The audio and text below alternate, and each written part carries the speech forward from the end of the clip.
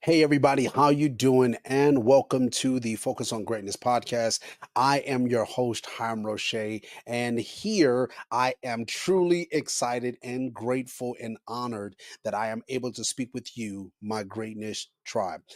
As always, this is a wonderful time for us to be able to have a conversation. Now, are you ready to be able to dive in to tonight's podcast? I know I am. Let's go ahead. We're going to jump in this. There has been a question that has now been coming up more and more. And we are now going into almost year five of doing the podcast. I remember when I first started it. I remember the context of kind of like the pushes that I had to be able to kind of get into the podcast arena. And being very honest, at first I was very nervous, and sometimes still is, honestly. And so one of the things that I did was I was seeking the face of the Lord to be able to find out kind of like where is the direction that we wanted to be able to go with this podcast. And the name came out of this conversation. The name came out of this diving in. And because the reality of what we do in this podcast is we literally are focusing on greatness. But the question that I have been hearing through these different conversations is, Hiram, what is greatness? And what we define greatness as and what others define or society defines greatness as is two different dynamics. In some sense, some portions of it may look or seem the same, but there's a line that separates the two differences. And so, what I want to be able to do is specifically in the month of January, I want to be able to give unto us some layouts, some foundational concepts, so we can be able to clearly understand what we're talking about when we speak of greatness. Now, let's start off with this concept of thinking about what is kind of like the defining definition that society has put on the word greatness. Now, the first word, this first definition is actually from the Oxford Dictionary, and this is what it defines greatness as being: the quality of being great, distinguished, or imminent. Now, that is from the Oxford Dictionary. Webster's Dictionary, Merriam-Webster's Dictionary, defines greatness as the quality or state of being great, as in size, skill, achievement, or power. So I'm going to read this one again. Merriam-Webster defines greatness as the quality or state of being great, as in size, skill, achievement, or power. Wikipedia, which I always think is a funny definition or funny website to be able to watch and get stuff from, but Wikipedia says this: greatness is a concept of a state of superiority affecting a person or object in a particular place or area. Greatness can also be attributed to individuals who possess a natural ability to be better than all others.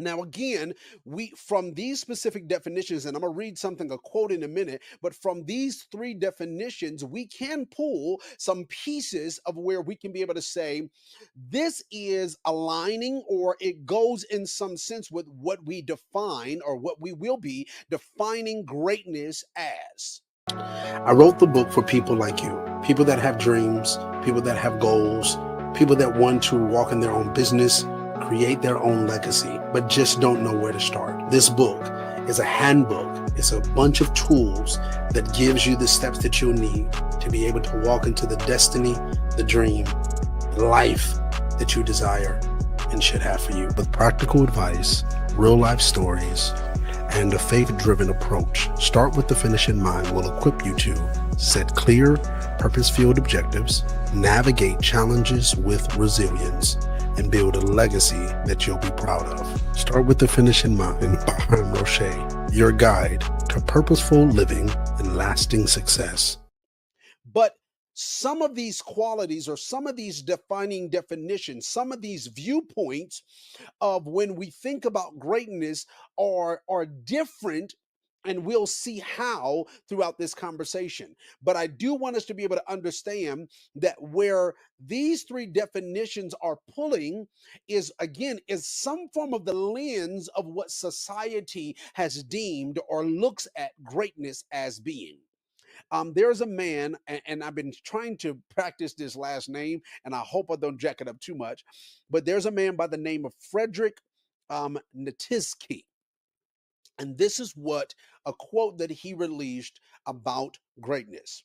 He says the concept of greatness entails being noble, waiting to be by oneself, being able to be different, standing alone, and having to live independently. I'm going to read his quote again.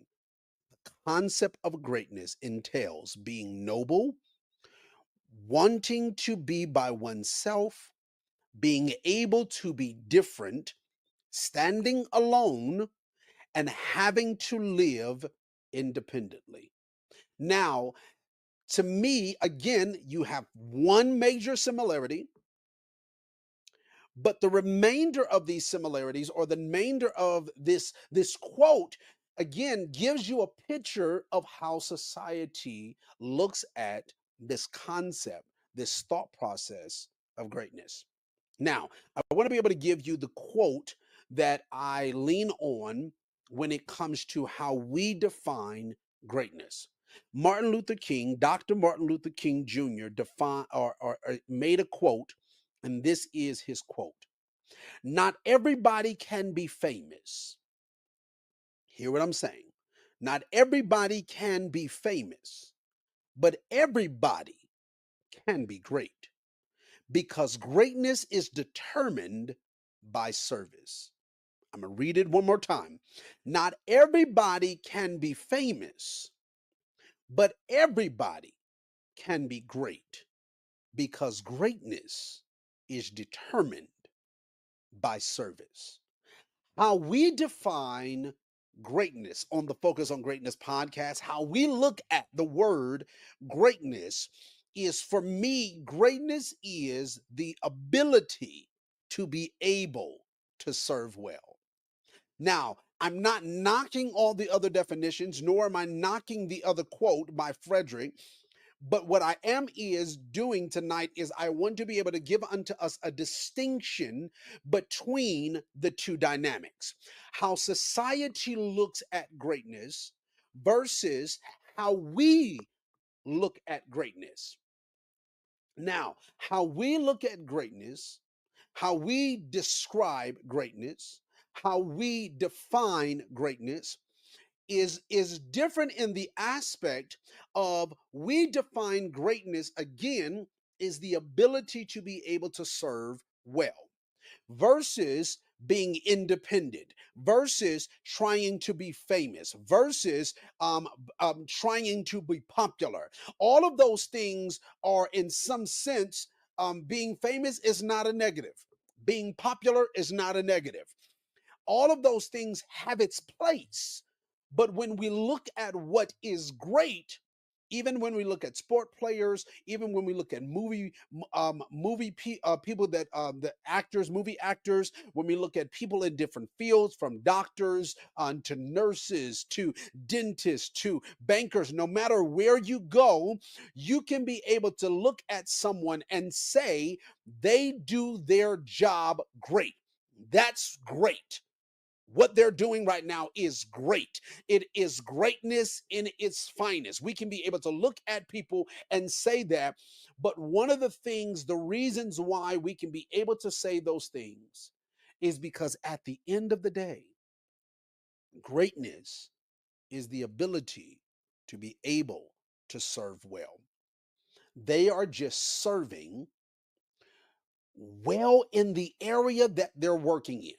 They're just serving well in the area that they're functioning in. They're just serving well They are serving others well. They are serving their dreams well. They are serving in their relationships well. They're just serving well. And because they have gathered the tools, because they have gathered the mindset, because they have gathered the things that is needed to be able to serve well, we have attributed the name or the definition of saying they are great. So, again, for us, the defining definition of greatness is being able to serve well. I want to be able to read to you what I describe as our base scripture for the podcast. It comes out of Matthew's chapter 23, verses 11. I read in the King James Version. You might read it in another version. It's okay. But in the King James Version, in Matthew's chapter 23, verses 11, this is what it says. But he that is greatest among you shall be your servant. I'm going to read it again. But he that is greatest among you shall be your servant. Now, let's take some time, and for the remainder of this podcast, let's take this time and let's break down this concept so that we can have a clear understanding before we leave this podcast. You can have a clear understanding of how and what I'll say greatness looks like and how you can start to work and walk in it. So, this word servant is defined as minister. I'm going to tell you it again. This word servant is defined by the word minister. So God is, or Jesus in this context of scripture is saying, but he that is greatest among you shall be your servant or shall minister unto you. In John chapter 13, verses 14 through 15, is something that I believe Jesus allows us to be able to see how serving makes you great. Now hear this. In John chapter 13, verses 14 through 15, this is what it says. If I then, your Lord and Master, have washed your feet, ye also ought to wash one another's feet. For I have given you an example that you should do as I have done to you. Now, what example is he showing? In this context, what's happening in this context is literally Jesus has just got finished washing his disciples' feet. We have Peter. Peter then, in the midst of this, says to Jesus, "Look, you are our master. It's no way I'm gonna let you wash my feet." And literally, Jesus is allowing him to be able to see, listen, I need you to understand, I have to do this because I need y'all to be able to see the example of what greatness looks like. The example of what greatness looks like is not the concept for us that we're around here just washing folks' feet. That's not what he's trying to get across in this conversation. What he's trying to get them to be able to see is the greatest among you is humbled enough to be able to wash your feet. The greatest among you is willing to do what it takes to be able to serve someone else. Now, let's back up a little bit because in this context of scripture, I want us to also get what's going on in this time, in this era of time. So in the book of John, chapter 15, 13, verses 14 through 15, when Jesus is making this statement, specifically when we look at the context or the picture culturally of what washing somebody's feet was for, it was specifically because it was a custom in that time. The custom was because, they didn't walk around with Jordans on and they didn't walk around with closed toe shoes and, they wasn't walking around with Yeezys on. They were literally walking around with sandals on their feet, walking through dirty and dusty roads. So when you would enter into someone's home, then what would end up happening is a servant would then come and wash your feet. It was a common practice. They would come and cleanse and wash your feet from the dust, from the filth, from whatever you carried in from the journey you had. This servant would come and literally wash your feet before you entered, as you entered into the home. One, so you would not carry in the dirt into the home. But another is so that you can be able to, in a nutshell, I feel that you will be able to have some clean feet and you're not carrying your journey into the house, which is a whole nother conversation in and of itself. But again, this is the custom of what is happening. One of the symbols of this custom was really hospitality. So when you would walk into somebody's house and they would do that, it would be hospitable for them to be able to do it. It would show the care that you care for that person. It would show the respect that you have for that person or the love that you have for that person, for them to walk into your home visiting you and you made sure that their feet were clean. So when Jesus is doing this, he's allowing them to be able to see something. He's allowing them to be able to watch this example, as he states. And the example is, I am great enough to be able to serve you like a servant would, because not it's not that I'm too proud or arrogant. I'm not stuck up. I'm not like any other king or any other leader. I am one of those that is great. And the reason why I can consider myself to be great is because the example that I'm leading before you, what I'm being able to lay out before you and show you, is the greatest among you shall be the servant of you all. I'm willing to wash out the dirt off your feet. I'm willing to clean you from your journey. I'm willing to make sure that when you enter into a new season, I'm not so prideful that I'm not willing to be able to get down and be able to serve you, minister to you. Now let's look at another verse of scripture to be able to confirm this concept. We're just in confirming this thought and solidifying the thought that greatness is service. So in Mark chapter 10, verses 43, this is what it says. But so shall it not be among you. But whosoever, and I'll explain that, but whosoever will be great among you shall be your minister. This word minister refers to a waiter, an attendant, or one who serves others. The emphasis is on actively and willingly meeting the needs of others without seeking personal recognition or exaltation, like or to be able to be puffed up or to have some form of publicity about how you served. So, in this context, he starts off in Mark chapter 10, right before, a couple verses before, he's talking about the leaders that is around him, that he's recognized that are around him, some Pharisees, some very high-minded, arrogant leaders, and he's allowing them to be able to understand a picture, and the picture that he's creating is, listen, they have position, but even if they saw you hurting, they wouldn't serve you. And listen, they got clout, they got money, they got all of this fame, but they wouldn't even take off a burden with their one finger, with their pinky. They wouldn't assist you or serve you in any way.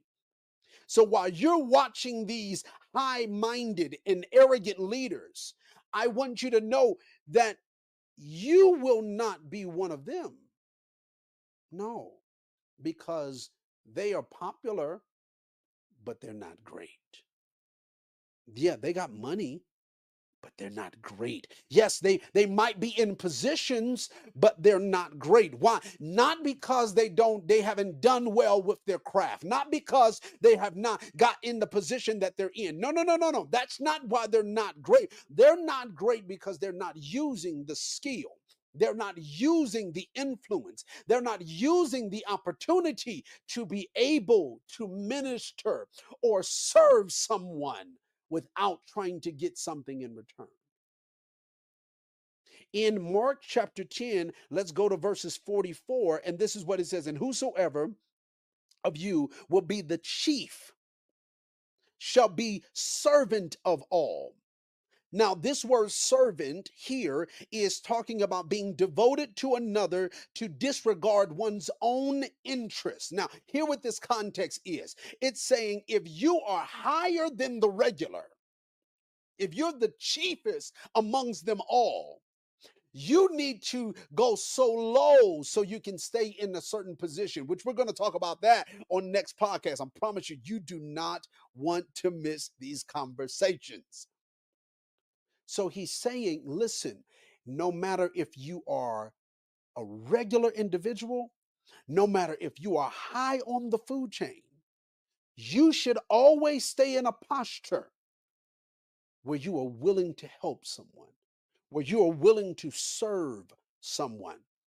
And that ability that you have to recognize in a room, you can walk in a room and recognize people that need your assistance. You can look around your community and see those that need your gift and those that need the wisdom that you have and those that need your experience. You can be able to look in different arenas and areas in your life and be able to say, this is what my wife may need. This is what my children are going to need. This is what my brothers or my sisters or my family or my friends, these are things that I see that they need, and how can I serve you? And I sharpen that skill set so that I can serve you well. And what happens in those moments? Relationship starts to change and adjust because as a husband, I'm serving my wife well.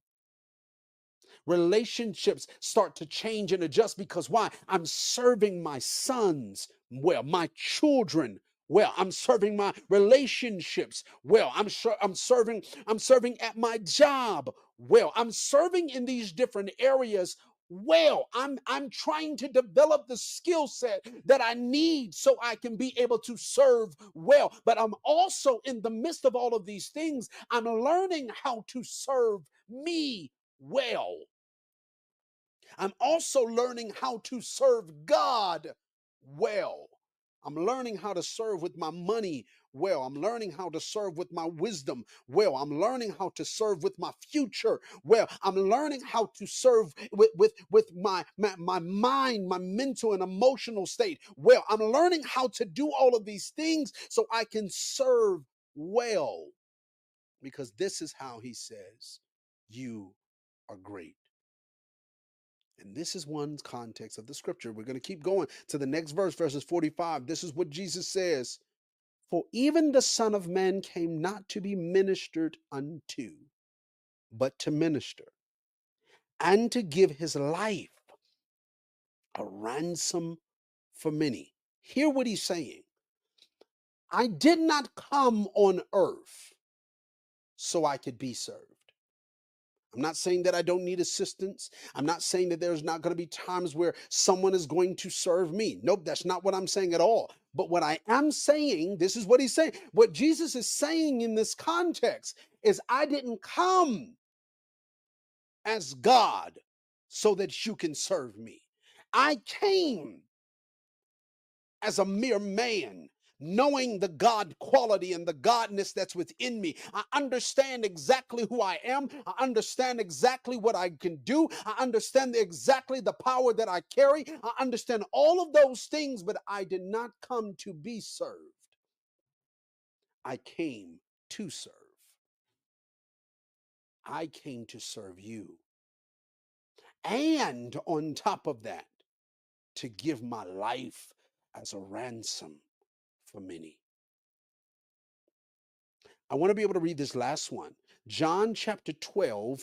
Let me see what time it is. John chapter 12. I got us. John chapter 12, verses 26. This is what it says: If any man serve me, let him follow me. And where I am, there shall also my servant be. If any man serve me, him will my Father honor. What is Jesus saying? Look, those that serve, they're getting honored. You if you're serving someone, he says, look, then follow me. If you're going to serve me, go my direction. Come the way I'm going. Why? In this concept, he's talking about also discipleship. But here's the other part. How can I serve you? How can I serve you well and not follow you? Not knowing what's going on with you, not being able to have an interest of what's going on in your day to day. How can I serve my wife well if I'm not communicating with her to find out where she is and what's going on with her? How can I serve my sons well if I'm not communicating and finding out where they are? I have to follow their journey so that I can be able to serve them well. How can I serve my mentee well if I'm not knowing and following and going after and seeing what's happening with him in his journey and in his life? How can I serve you well if I'm not investigating and trying to learn what's going on and listen to conversations that we're having so that I can be able to listen and in tune so I can know what conversations we need to have to be able to assist and help you? I have to be able to follow you. I got to be investigative. I have to be intentional. I have to be willing in this nature because I want to serve you well. I want to be great. I want to be so great that I do become memorable. Like one of the things I share on my job with my team, the team that I get an opportunity to be able to serve with. Um, One of the things I share with them is, I work in the banking field, and in the banking field, as anyone would know, when you're walking into a bank, one of the things that people love is great customer service. And as we know, you've probably been in a room where you've experienced this, or hopefully you're not that type of person that does this. But sometimes customers can get very irate. They can be very disrespectful. They can be very mean. But this is one of the things I share with my team. No matter what they do, no matter what happens, no matter what they say, no matter how they are acting towards you, if it's ruly and all of those things, don't worry about that. I'll step in, I'll help, I'll assist, all of those things. But here's the most important. The most important is give them great customer service. Because when they leave, they do not remember how they treated you. What they remember is how you served them. So if your response to what they did, if you react and flip off because of what something they said or because of how they responded to something, if you react a certain type of way in the midst of this, what they're going to remember is you was rude. They're not going to remember that you gave them great customer service. You could have been great serving them the whole entire time. But when they walk away because of that one moment, it erases the whole thing. So, what am I saying? Yes, we are going to go and we're going to have different experiences in life. We're going to have challenges in life. But what is going to be remembered in your life is not just how much money you left to your family. It's not just how many trips you did. It's not just how hard you worked as a father, and it's not as a husband. It's not as a friend. It's not. Those things are going to be a part of the journey because they create memories.